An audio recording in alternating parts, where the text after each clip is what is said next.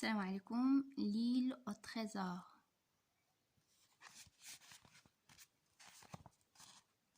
Le titre En mer.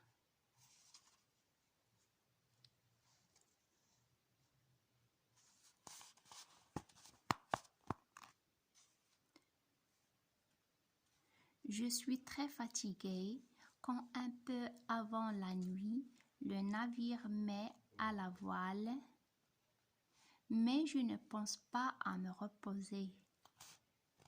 Tout est si nouveau et si intéressant pour moi. J'écoute les ordres rapides. Je regarde les hommes travailler à la lumière des lampes.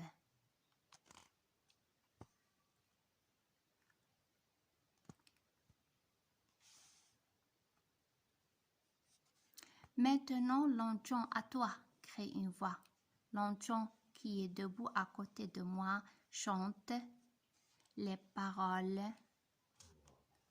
que je connais si bien. Il était 15 et toute l'équipe reprend you you you you. 15. Bientôt, les voiles se tendent sous le vent et l'Espagnola commence son voyage vers l'île au trésor. Le navire est bon. Les hommes de l'équipage sont de vrais marins et le capitaine connaît son métier. Mais M. Aron se montre un très mauvais second. Les hommes ne lui obéissent pas. Au bout d'un jour ou deux, il a le nez rouge d'un homme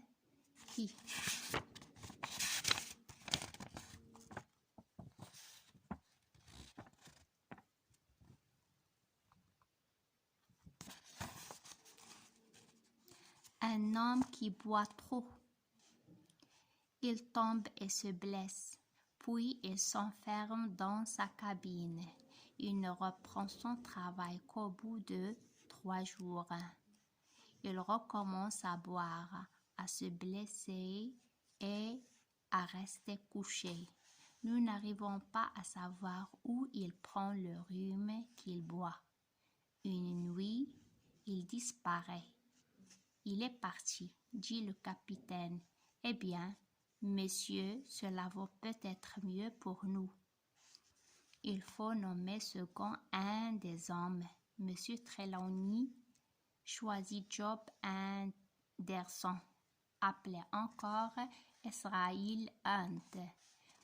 C'est un grand ami de Long John Silver. Au barbecue, comme l'appelons les hommes, tout l'équipage obéit à Silver. Il sait comment parler à chacun et comment rendre le service attendu. Il est très gentil avec moi et toujours heureux de me voir dans sa cuisine, où il passe ses journées avec un perroquet bleu et rouge. Viens ici, Hawking, viens me parler un peu. Je suis heureux de te voir. Assois-toi et écoute, Capitaine Flynn. C'est mon perroquet. Capitaine Flynn dit que notre voyage sera bon, n'est-ce pas, Flynn? Le perroquet se met alors à crier. Des pièces d'or, des pièces d'or.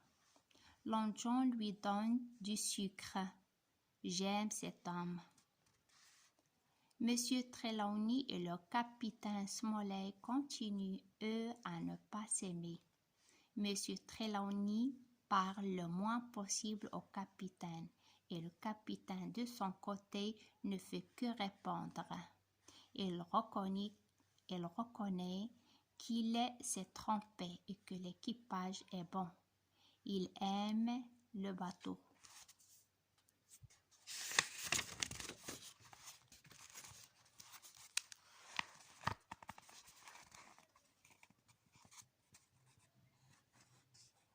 Ils sont mieux qu'un homme d'où vient le vent, dit-il souvent.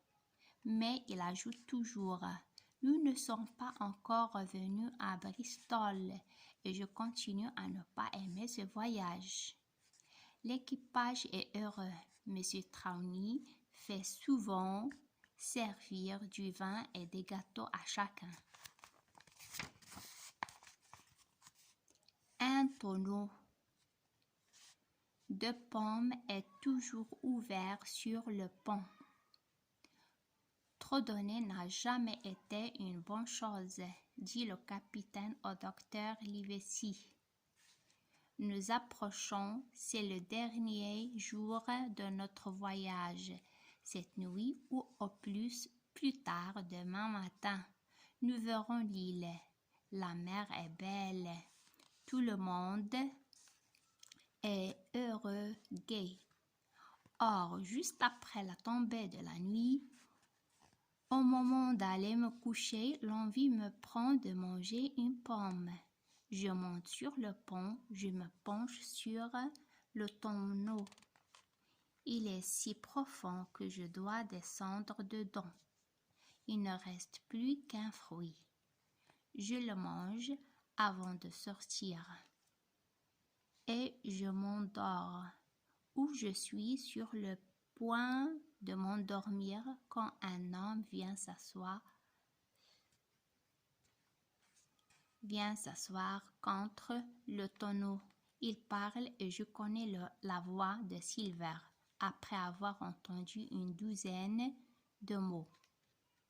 Je reste là, tremblant de peur, et je comprends que seul je pourrais peut-être sauver la vie de tous les honnêtes gens de navire.